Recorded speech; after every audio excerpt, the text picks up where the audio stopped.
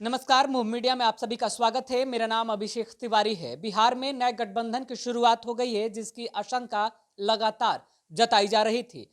गठबंधन किस कदर होगा, क्या शर्तें होंगी, कौन कौन से दलों के साथ गठबंधन होना है, तमाम चीजों से हम पर्दा उठाएंगे। लेकिन उससे पहले जान लीजिए कि बिहार में राजनीति किस कदर चल रही है।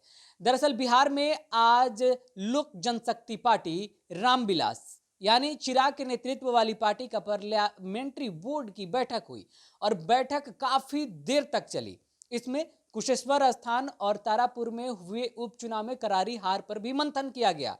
लेकिन सबसे हैरान करने वाली जो तस्वीर थी वो यह थी कि इसके पूरी मीटिंग की अगुवाईकर्ता जो थे वो राजू तिवारी थे। यानी चिराग पासवान अब भी बैक डोर से कोई बड़ी राजनीतिक खेल करने की फिराक में लगे हुए हैं।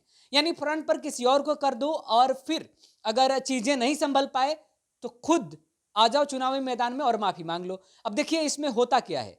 दरअसल क्यों नए समीकरण की चर्चाएं लगातार अब राजनीतिक जानकार बताने में लगे हुए हैं, क्या होने वाला है।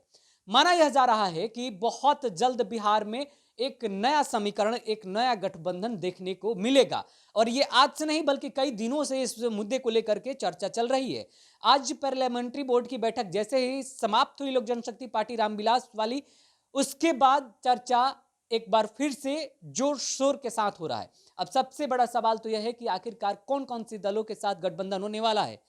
अभी हाल ही में कुशेश्वर स्थान और तारापुर में होने वाले उपचुनाव के मद्देनजर महागठबंधन जिसे कहा जा रहा था बिहार में, उसमें एक बड़ी टूट हुई।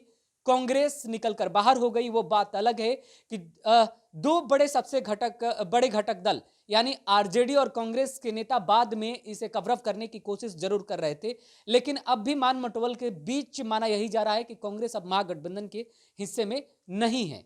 अब महागठबंधन बिहार में नहीं रहा। महज आप ऐसा मान सकते हैं कि तेजस्वी के नेतृत्व में विपक्षी दल जरूर एक साथ बैठते हुए एक राग अलापते हुए आपको नजर आएंगे।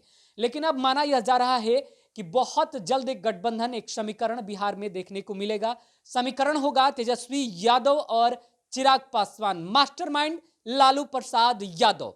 आप समझ सकते हैं, जब भी लालू प्रसाद यादव बिहार का रुख करते हैं, जब भी लालू प्रसाद यादव बिहार की राजनीति में सक्रिय होते हैं, कोई बड़ा खेल जरूर करते हैं।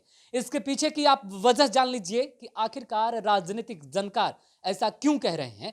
क्योंकि लालू प्रसाद यादव के दौरान जब राजनीतिक सक्रियता देखी गई, उसके बाद भी आरजेडी चुनाव हार गई बिहार में जो उपचुनाव हुए।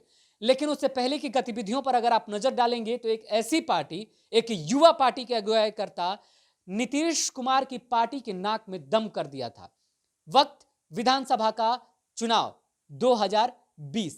आप समझ सकते हैं जदयू को लेकर हम चर्चा कर रहे हैं। जदयू को चुनौती देने वाले चिराग पासवान भले ही घर बिखर गया हो, भले ही पार्टी टूट गई हो, भले ही खुद विनाश के कगार पर हो, लेकिन चिराग अब कमबैक करने वाले हैं। चिराग बड़ा खेल करने वाले हैं। चिराग माना यह जा रहा है कि अब लालटेन के भरोसे अपनी राजनीति को नई चमक देने वाले हैं।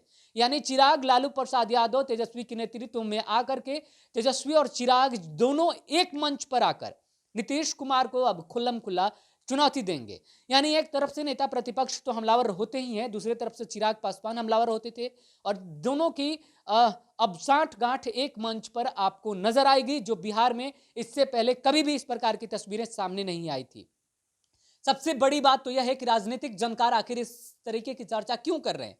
क्योंकि 24 सीटों पर एमएलसी का चुनाव होना है और चिराग को इस वक्त गठबंधन की बेहद जरूरत है।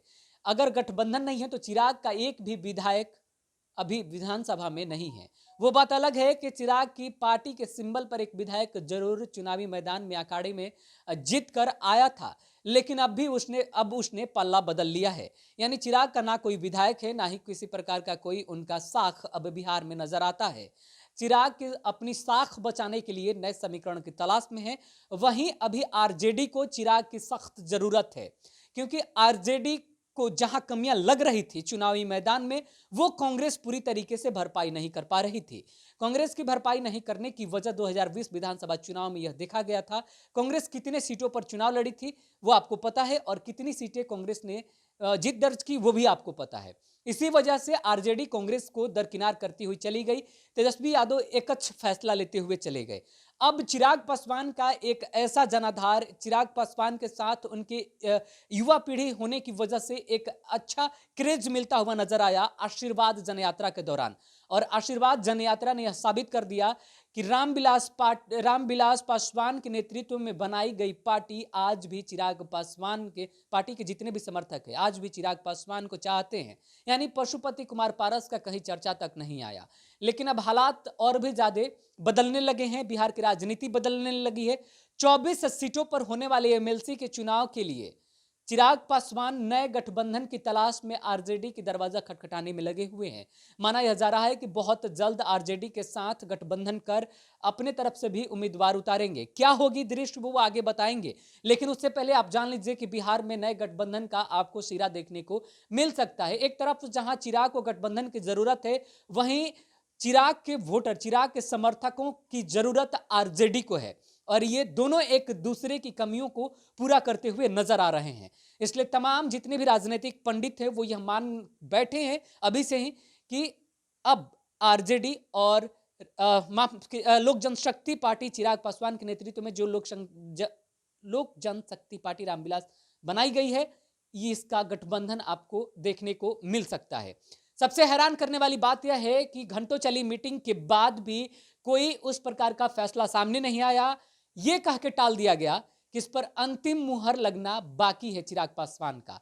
यानी इन तमाम गतिविधियों से पर्दा चिराग पासवान उठाएंगे, चिराग पासवान ऐलान करेंगे कि चिराग पासवान क्या करने वाले हैं। लेकिन बिहार की हालात अब बहुत जल्द बदलने वाला है। विपक्ष अपनी मजबूती की तरफ अब खुद को मजबूत करने के लिए बहुत कोशिशें करते हुए आपको नजर आ रहा है। शुरू से ही जब से 2020 विधानसभा का चुनाव तेजस्वी यादव ने हारा है, तब से लेकर यह समीकरण बिहार में आपको देखने को मिलता रहा है।